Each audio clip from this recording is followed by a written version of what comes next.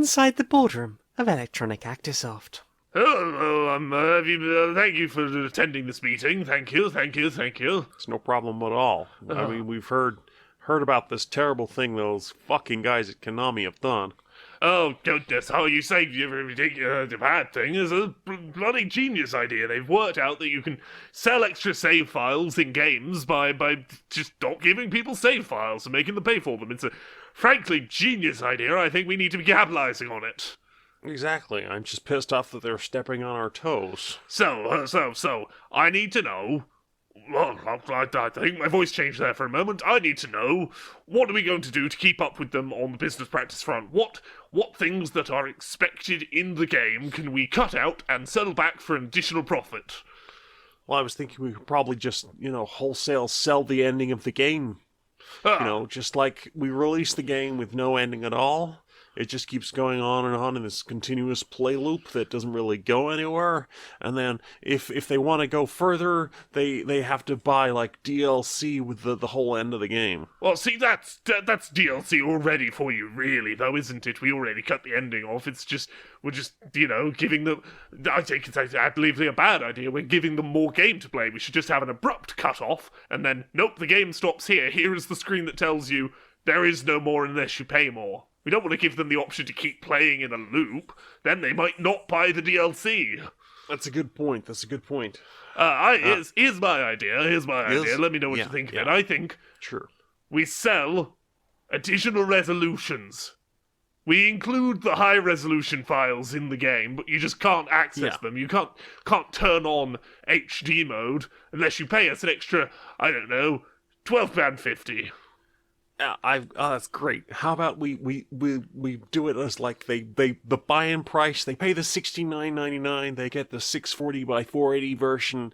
But if they want the platinum gold super hyper edition with the HD, we'll put it in like 720p if they want to pay an extra $100.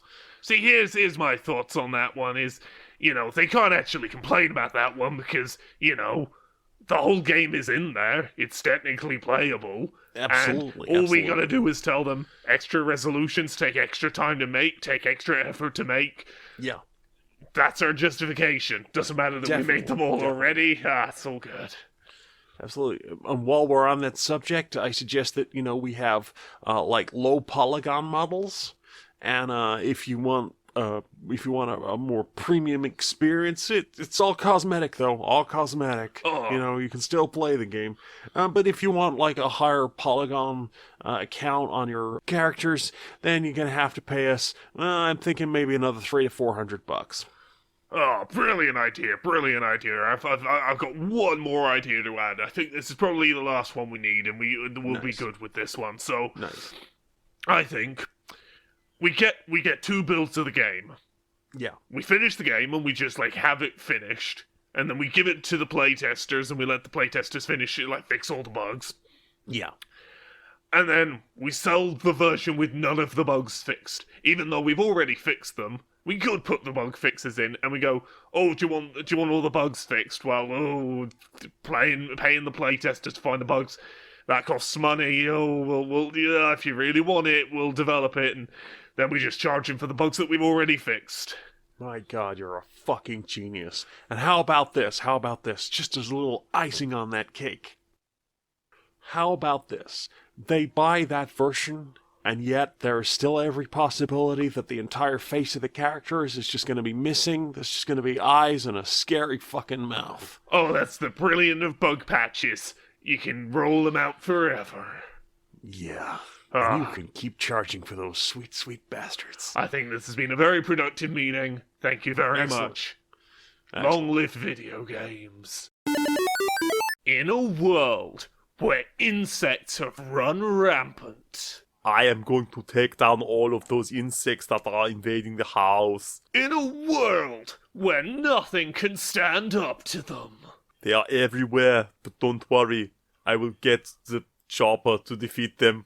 Only one man has the power, the ingenuity, and the skill to survive and save the world. Sarah Cockroach, you're terminated. Welcome to the Exterminator. I'll be back with my bill.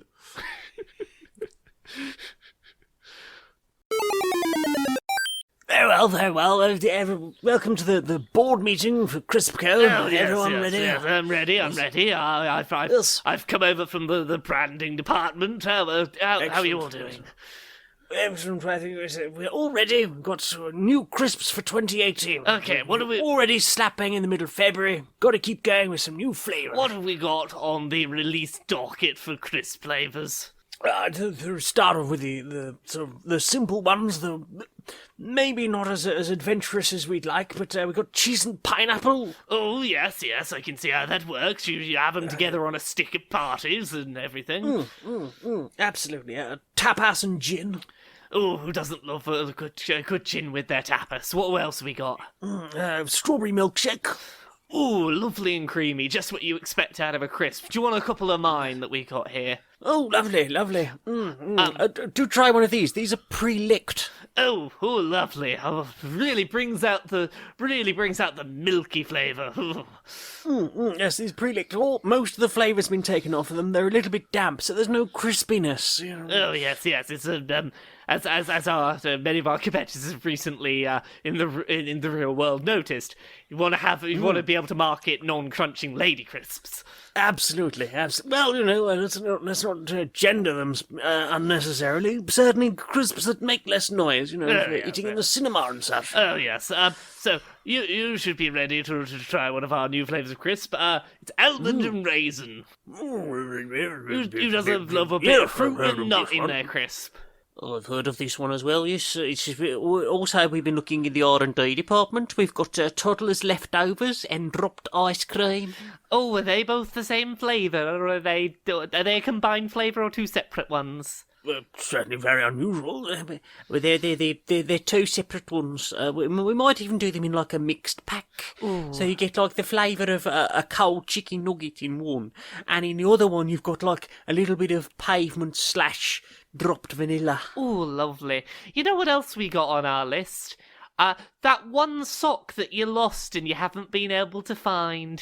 Oh, delicious! One of my favourites. Oh, isn't it wonderful? The taste of satisfaction of I'm so glad to see you, sock. Absolutely. Over in our R&D department, we've got a new car, new carpet, and a new pet. Oh, lovely.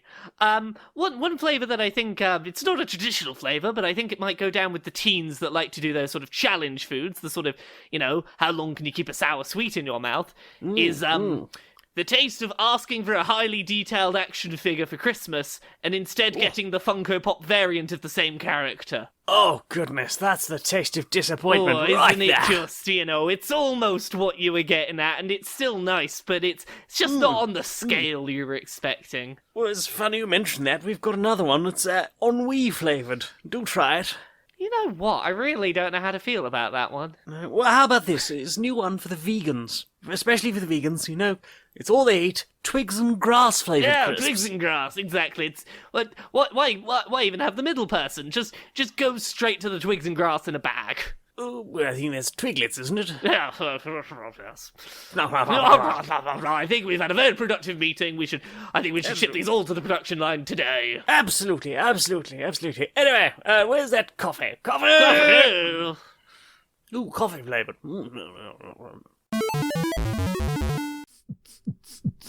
Who's gonna make bad decisions about takeaway on the way home? Who's got work in the morning and really should have stayed home? Who's got a project due in the morning that they really should be working on? Who really shouldn't have had that last Jaeger bomb? Who's here just trying to ignore their feelings? I feel personally attacked by this contract. Who snuck something past the bouncers and is really hoping it doesn't get noticed and is having a great time?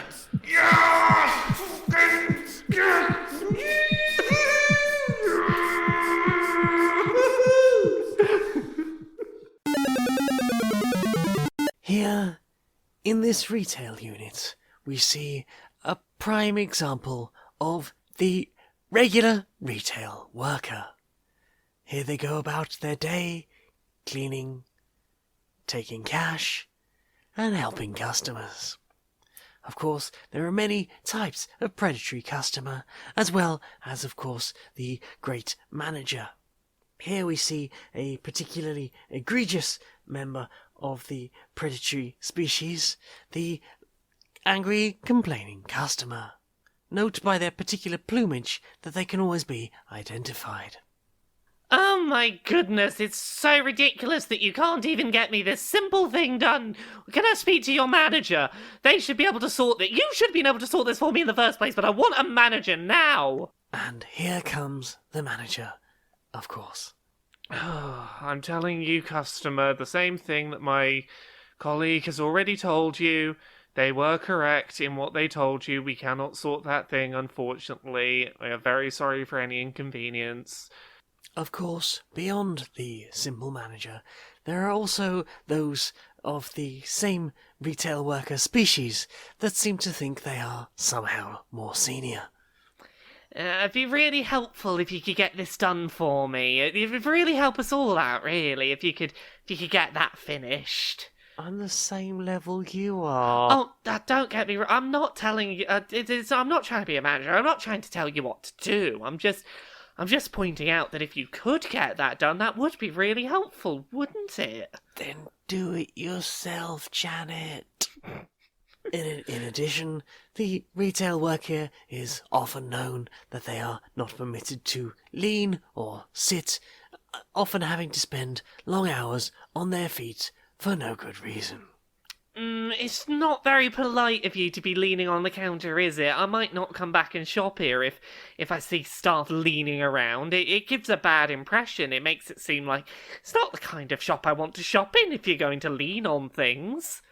Now, come on, Bradley. If you have time to lean, you have time to clean. Go about the work there. Try and get some of the shop tidied up a bit. Come on now. Customers everywhere. 2's a queue, 9's a line. Let's lose those queues and move those shoes.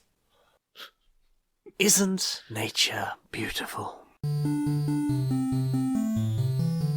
Oh, you know what they want? They want like people starving to death because they're denied of precious life-saving meat. Oh goodness, if we can't like do anything mean to animals, we won't be able to make glue.